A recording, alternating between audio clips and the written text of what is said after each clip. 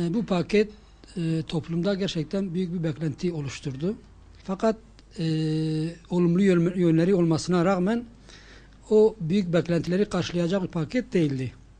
Özellikle bu faşist rejim ve faşist rejimin oluşturduğu faşist anayasa 80 yıldır bu halka birçok şeyi dayattı. Yani insani ve İslami noktada halkı birçok şeyden mahrum etti. Özellikle Kürt halkı, bölgemizin halkı bu konuda hem inançları yüzünden hem de dilleri yüzünden çok büyük sıkıntılar yaşadı. Fakat bu süreçte bu hükümetten bazı olumlu adımlar attı. Yalnız bu büyük beklentileri karşılayacak olumlu adımlar göremedik. Özellikle biz daha çok terörle mücadele yasasında bazı değişiklikler bekliyorduk. Ama maalesef onu göremedik.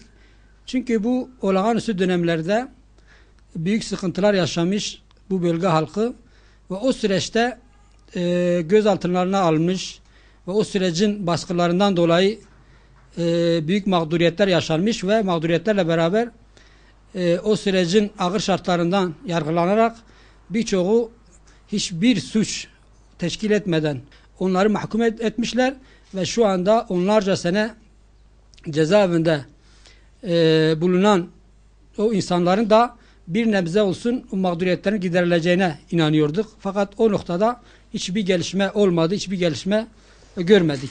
Öteden beri biz cemiyet olarak da ana dilde eğitim, andımız ve başörtüyle ilgili çok hassas olduğumuz konulardı. Bu konuda bazı adımların atılması bizce olumlu bir gelişmedir.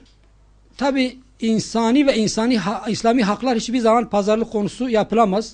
Hiç kimse bunu, zaten bu Allahu Teala'nın doğal olarak insanlara verdiği haklardır. Bu haklar üzerinde kimse tasarruf hakkında bulunamaz ve yasaklayamaz. Tabi bu rejim buna rağmen yaptı. Hem insani hem İslami hakları bu toplumun elinde, bu insanların elinden aldı ve büyük baskılara maruz bıraktı. Paketten ziyade artık bu rejimin tamamen bu anayasanın, yani faşist anayasanın tamamen değişmesinin gerektiğine inanıyoruz. Ve bu bağlamda kesinlikle bu artık zamana da bırakılacak bir mesele olmadığına inanıyoruz.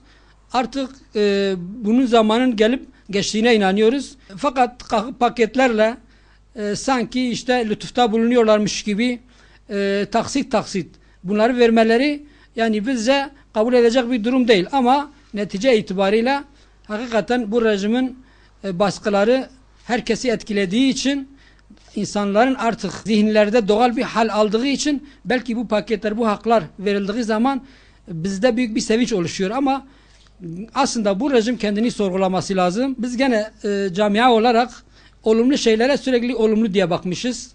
Yani her şeye siyah beyaz gözüyle bakmıyoruz.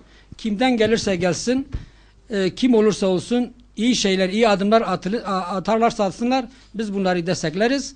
Yani biz bunun A parti, B parti şeyine bakmayız. Yeter ki bu toplumun inançlı insanların önündeki engeller kaldırılsın ve inançlarını özgür bir şekilde yaşasınlar ve insani haklarını da yaşasınlar. Biz bunu istiyoruz. Yani bu olduğu müddetçe biz camia olarak bu tür gelişmeleri destekleriz. Bu gelişmelerin arkasındayız.